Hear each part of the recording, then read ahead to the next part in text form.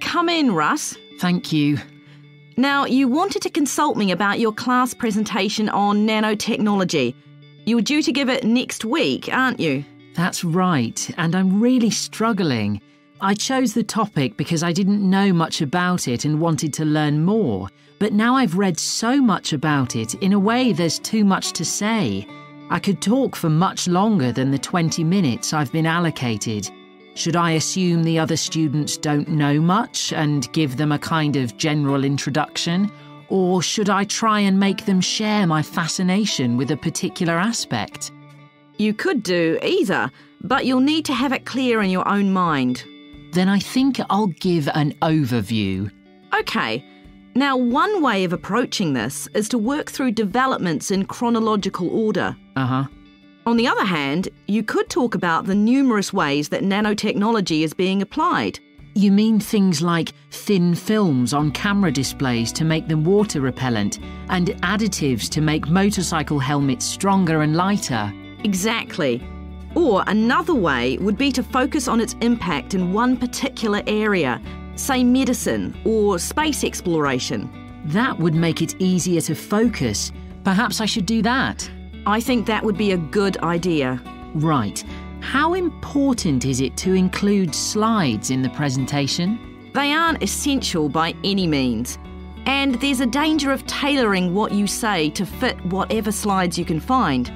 While it can be good to include slides, you could end up spending too long looking for suitable ones. You might find it better to leave them out. I see. Another thing I was wondering about was how to start. I know presentations often begin with, first I'm going to talk about this, and then I'll talk about that. But I thought about asking the audience what they know about nanotechnology. That would be fine if you had an hour or two for the presentation, but you might find that you can't do anything with the answers you get, and it simply eats into the short time that's available. So maybe I should mention a particular way that nanotechnology is used to focus people's attention. That sounds sensible. What do you think I should do next? I really have to plan the presentation today and tomorrow. Well, initially, I think you should ignore all the notes you've made, take a small piece of paper and write a single short sentence that ties together the whole presentation. It can be something as simple as, nanotechnology is already improving our lives. Then start planning the content around that. You can always modify that sentence later if you need to. Okay. Okay, now let's think about actually giving the presentation. You've only given one before, if I remember correctly, about an experiment you'd been involved in. That's right. It was pretty rubbish. Let's say it was better in some respects than in others. With regard to the structure, I felt that you ended rather abruptly, without rounding it off. Be careful not to do that in next week's presentation. Okay. And you made very little eye contact with the audience because you were looking down at your notes most of the time. You need to be looking at the audience and only occasionally glancing at your notes. Your body language was a little odd. Every time you showed a slide, you turned your back on the audience so you could look at it. You should have been looking at your laptop. And you kept scratching your head, so I found myself wondering when you were next going to do that, instead of listening to what you were saying. Oh dear. What did you think of the language? I knew that not everyone was familiar with the subject, so I tried to make it as simple as I could. Yes, that came across. You used a few words that are specific to the field, but you always explained what they meant, so the audience wouldn't have had any difficulty understanding. Uh-huh. I must say, the handouts you prepared were well thought out. They were a good summary of your presentation, which people would have been able to refer to later on, so well done on that. Thank you. Well, I hope that helps you with next week's presentation. Yes, it will. Thanks a lot. I'll look forward to seeing a big improvement then. Thanks for coming, everyone. Okay, so this meeting is for new staff and staff who haven't been involved with our volunteering projects yet. So basically, the idea is that we allow staff to give up some of their work time to help on various charity projects to benefit the local community. We've been doing this for the last 5 years, and it's been very successful. Participating doesn't necessarily involve a huge time commitment. The company will pay for 8 hours of your time. That can be used over 1 or 2 days all at once, or spread over several months throughout the year. There are some staff who enjoy volunteering so much, they also give up their own free time for a couple of hours every week. It's completely up to you. Obviously, many people will have family commitments and aren't as available as other members of staff. Feedback from staff has been overwhelmingly positive. Because they felt they were doing something really useful, nearly everyone agreed that volunteering made them feel more motivated at work. They also liked building relationships with the people in the local community and felt valued by them.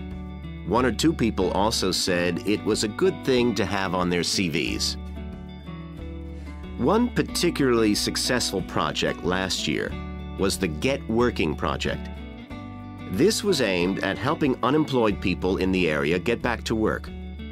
Our staff were able to help them improve their telephone skills, such as writing down messages and speaking with confidence to potential customers, which they had found quite difficult.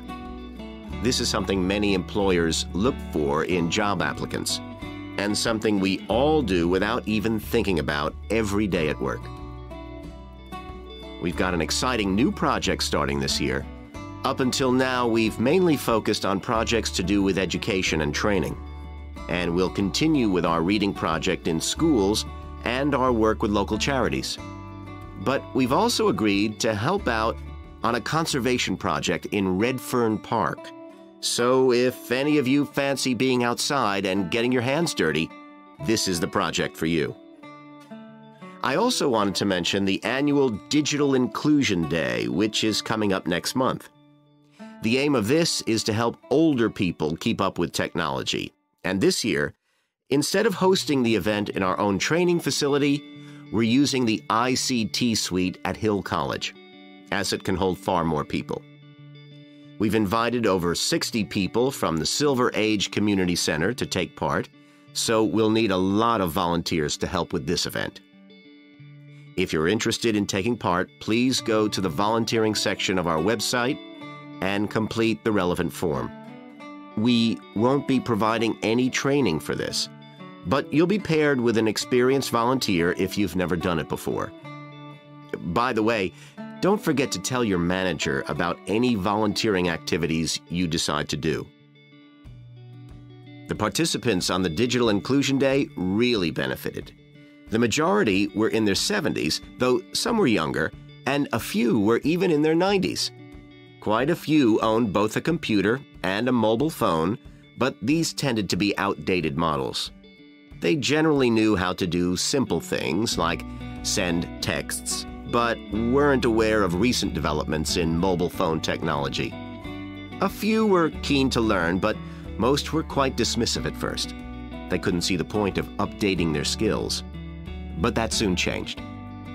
The feedback was very positive.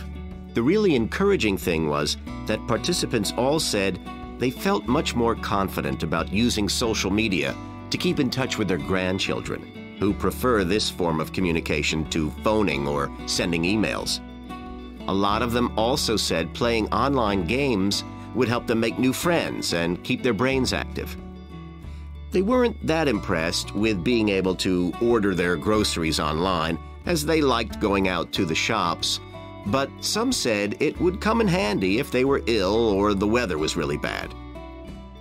One thing they asked about was using tablets for things like reading newspapers. Some people had been given tablets as presents, but had never used them. So that's something we'll make sure we include this time. Good morning, everyone. My name's Joy Parkins, and I'm the restaurant manager. And I understand that none of you have had any previous experience as kitchen assistants. Well, you might be feeling a bit nervous now, but most of our kitchen assistants say they enjoy the work. OK, they might get shouted at sometimes, but it's nothing personal. And they're pleased that they have so many different things to do, which means they never get bored. And I'll tell you straight away that if you do well, we might think about moving you up and giving you some more responsibility. Right, well, you've all shown up on time, which is an excellent start. Now, I'm glad to see none of you have unsuitable footwear, so that's good. You need to be careful as the floors can get very wet and slippery. Those of you with long hair have got it well out of the way, but some of you will need to remove your rings and bracelets. Just put them somewhere safer today. And remember to leave them at home tomorrow, as they can be a safety hazard. Now, it's going to be a busy day for you all today. We don't have any tables free for this evening, and only a few for lunch. Fortunately, we've got our head chef back. He was away on holiday all last week, which meant the other chefs had extra work. Now, I'll tell you a bit more about the job in a minute, but first, some general regulations. For all of you, whatever your age, there's some equipment you mustn't use until you've been properly trained, like the waste disposal system, for example, for health and safety reasons. Then I think there are 2 of you here who are under 18. That's Emma and Jake, isn't it? Right, so for you 2, the meat slicer is out of bounds. And of course, none of you are allowed to use the electric mixer until you've been shown how it works. Now, you may have heard that this can be a stressful job. And I have to say that can be true. You'll be working an 8-hour day for the first week, though you'll have the chance to do overtime after that as well if you want to. But however long the hours are, you'll get a break in the middle. What you will find is that you're on your feet all day long, lifting and carrying. So, if you're not fit now, you soon will be. You'll find you don't have much chance to take it easy. When someone tells you to do something, you need to do it straight away. But at least we do have a very efficient air conditioning system compared with some kitchens. Now, let me tell you about some of the people you need to know. So, as I said, I'm Joy Parkins, and I decide who does what during the day and how long they work for. I'll be trying to get you to work with as many different people in the kitchen as possible, so that you learn while you're on the job. One person whose name you must remember is David Field. If you injure yourself at all, even if it's really minor, you must report to him, and he'll make sure the incident is recorded and you get the appropriate treatment. He's trained to give basic treatment to staff himself, or he'll send you off somewhere else if necessary. Then there's Dexter Wills. He's the person you need to see if you smash a plate or something like that. Don't just leave it and hope no one will notice. It's really important to get things noted and replaced, or there could be problems later. And finally, there's Mike Smith. He's the member of staff who takes care of all the stores of perishables. So, if you notice we're getting low in flour or sugar or something, make sure you let him know so he can put in an order. OK, now the next thing we need to... OK, Stuart, we need to start planning our paper on public libraries. Have you thought of an angle yet? Well, there's so much we could look into. How libraries have changed over the centuries, for instance, or how different countries organise them. What do you think, Trudy? Maybe we should concentrate on this country and try and relate the changes in libraries to external developments, like the fact that far more people can read than a century ago, and that the local population may speak lots of different languages. We could include something about changes in the source of funding too. Yes, but remember we're only supposed to write a short paper, so it's probably best if we don't go into funding in any detail. Right. Well, shall we just brainstorm a few ideas to get started? OK. We obviously need to look at the impact of new technology, particularly the internet. Now that lots of books have been digitalised, people can access them from their own computers at home. And if everyone did that, libraries would be obsolete. Yes. But the digitalised books that are available online for free are mostly out of copyright, aren't they? And copyright in this country lasts for 70 years after the author dies. So you won't find the latest bestseller or up-to-date information. That's an important point. Anyway, I find it hard to concentrate when I'm reading a long text on a screen. I'd much rather read a physical book. And it takes longer to read on a screen. Oh, I prefer it. I suppose it's just a personal preference.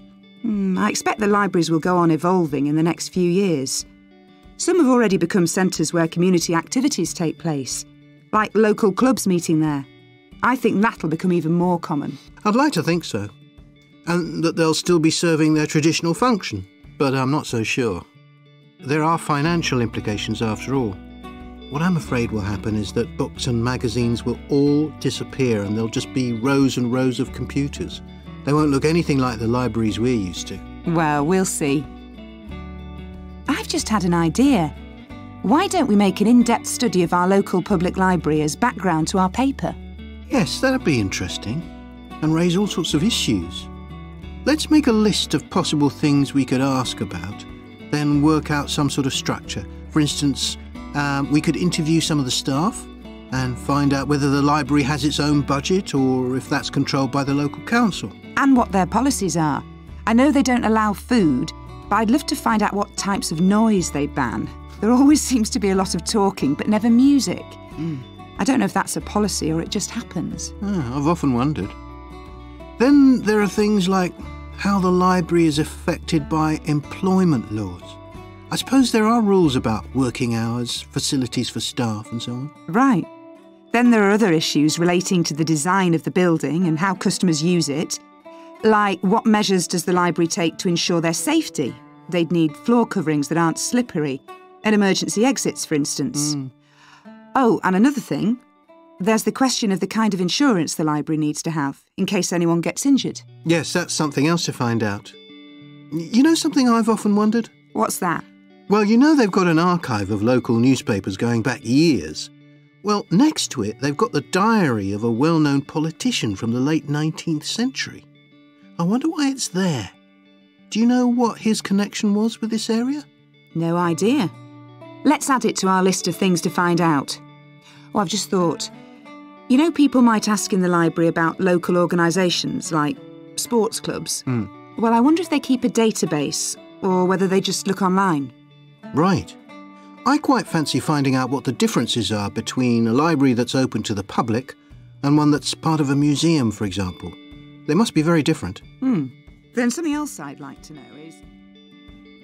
Well, most people think that lions only come from Africa.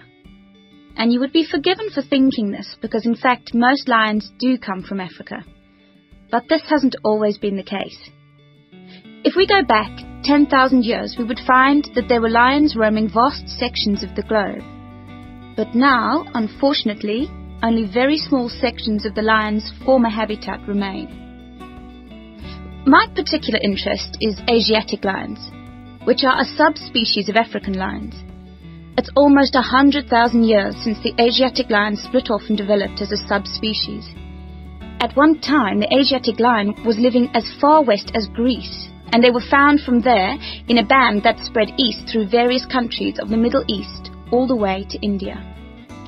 In museums, you can now see Greek coins that have clear images of the Asiatic lion on them.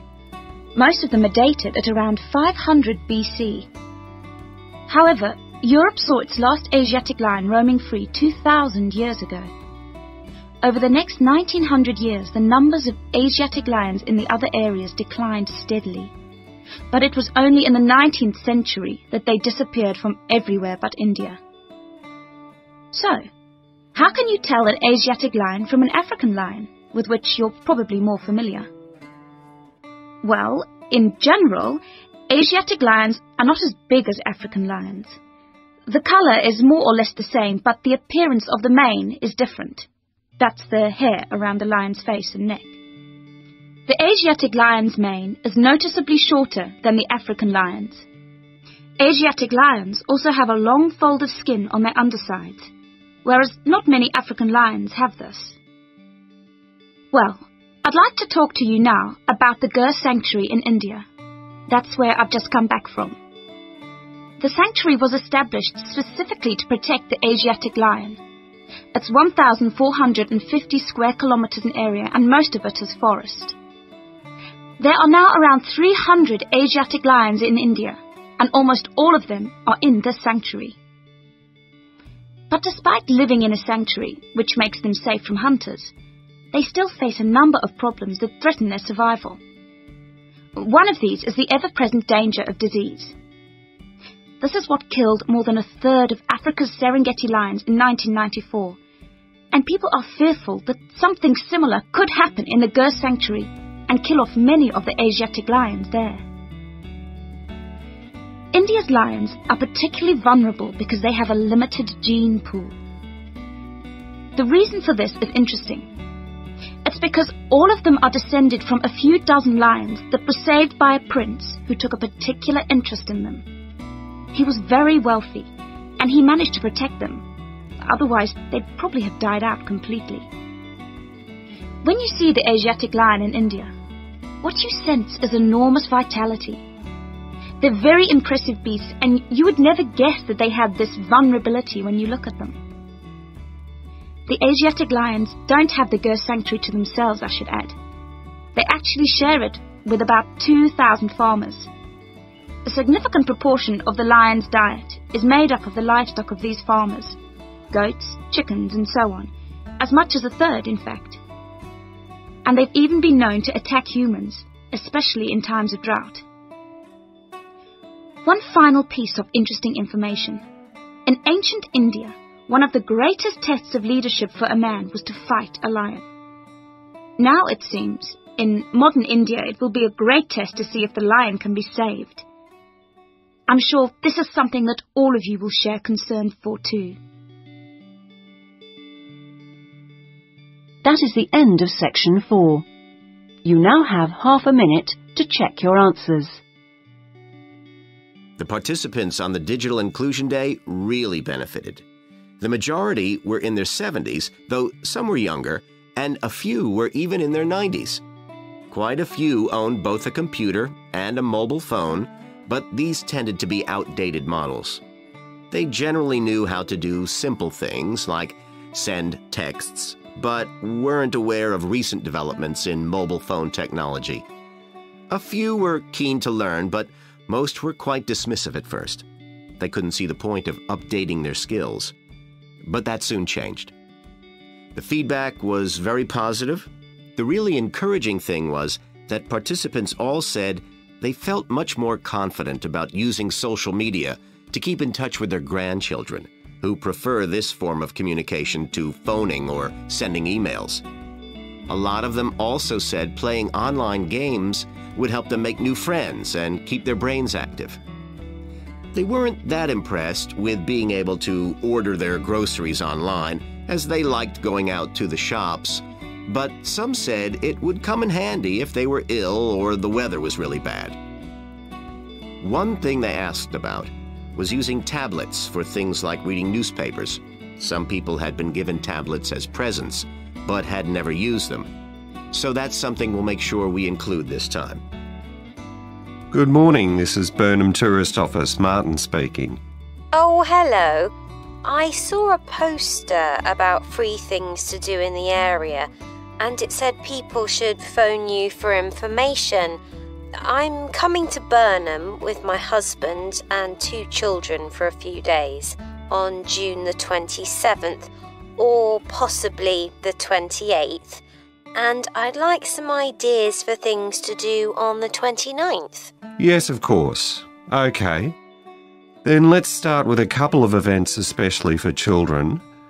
The art gallery is holding an event called Family Welcome that day, when there are activities and trails to use throughout the gallery. That sounds interesting. What time does it start? The gallery opens at 10 and the Family Welcome event runs from 10:30 until 2 o'clock. The gallery stays open until 5, and several times during the day they're going to show a short film that the gallery has produced. It demonstrates how ceramics are made, and there'll be equipment and materials for children to have a go themselves. Last time they ran the event there was a film about painting, which went down very well with the children, and they're now working on one about sculpture. I like the sound of that. And what other events happen in Burnham? Well, do you all enjoy listening to music? Oh, yes.